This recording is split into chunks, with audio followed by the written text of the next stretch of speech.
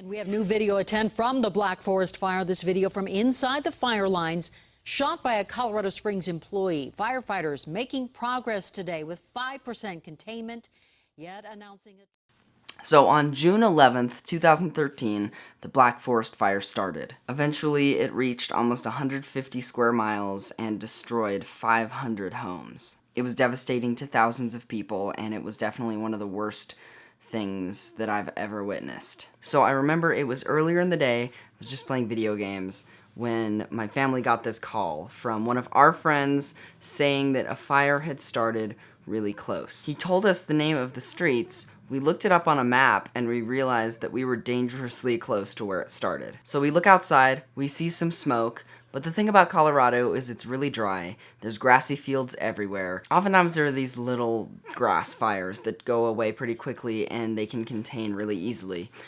But this was different. It's the first time we had been this close to a fire, so we decided to pack just in case we were going to be evacuated or anything that extreme was going to happen.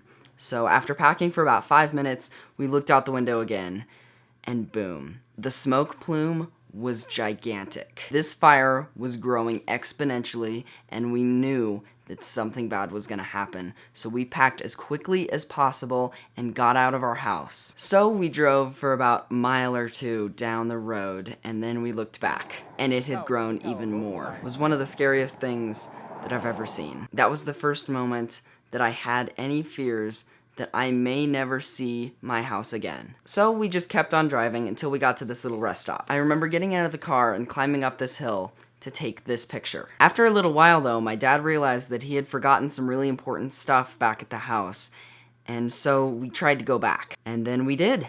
We just drove in and we were back. I had some sort of a relief, but I felt like it wasn't over. I walked into my room, laid down on my bed, and I just couldn't relax. It could have just been the adrenaline, but I felt like something else was gonna happen that day. We were watching these gigantic helicopters with these water buckets going right over our house. That was to put out the fire, and that showed that that was really close to where we were. Then my mom saw a house burst up in flames just across the field. And that was the moment that we knew we needed to get out of there. I don't really remember what happened for the main part of the day, except for driving around. Once it became night, we went to McDonald's and we were watching the news on a cell phone. The connection was spotty, but we were just able to see the slight news that was happening. We were looking for hotels, but no hotels would let us stay because we had 3 dogs with us. Luckily, another one of our family friends offered one of her homes to stay in and to be safe in. We got there, settled in a little bit, and then went to bed.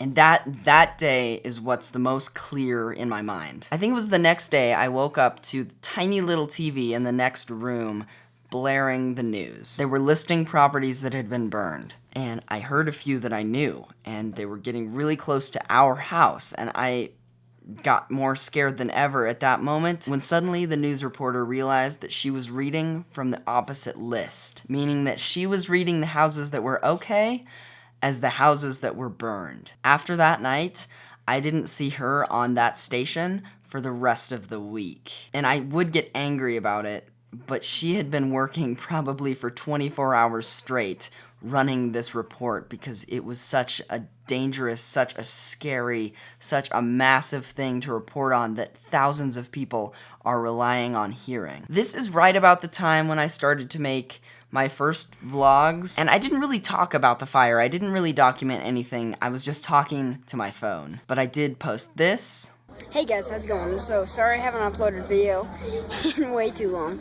I actually have a fire in my area and I'm freaking evacuated. If you look at some of the first videos on this channel, you can see the vlogs that I made during this time. And then the winds turned around and the fire was aimed back at our house. It was horrifying, and a lot of the people we knew lost their homes that day. And what was tough about it wasn't that the property was destroyed, but because I knew that these people had their lives in that home, and I knew it was gonna hurt them majorly. But then the direction turned again. And the next morning, I was going to swim team practice at the gym, and my mom was in the lobby of the gym watching the news station on the TV when it was official that our house was okay. She said she even drove back and the flowers were blooming. When I got out of swim practice, I was just elated. One of the happiest moments of my life because I knew that my house was still here. I'm back in my freaking house. I'm so excited. After that, the house was a mess, but we got back, we cleaned it, we had no smoke damage. It didn't affect us at all. And I am so incredibly thankful for all of that. But I did know a lot of people who were deeply affected by the fire. And on the off chance that one of you were affected, even though it was 3 years ago, my heart goes out to you and I hope that everything worked out. We helped a few of our friends just clean up their properties and support them during the whole thing. When a house is destroyed, it doesn't just destroy the property, it doesn't destroy the thing, it destroys an era of time and the person. So, with that positive note, I'm gonna leave it there. Sorry if today's video is not as positive and happy-go-lucky as my usual things, but I've wanted to tell this story for a while, and I think telling this story is going to be an important thing to be able to look back on and have a new perspective later years. Thank you all very much for watching this video. Tomorrow's vlog is going to be fun, because I'm doing a bunch of fun things. If you want some more storytime videos that aren't as depressing, some that are really fun, comment down below, and I'll definitely make some. Alright, bye guys.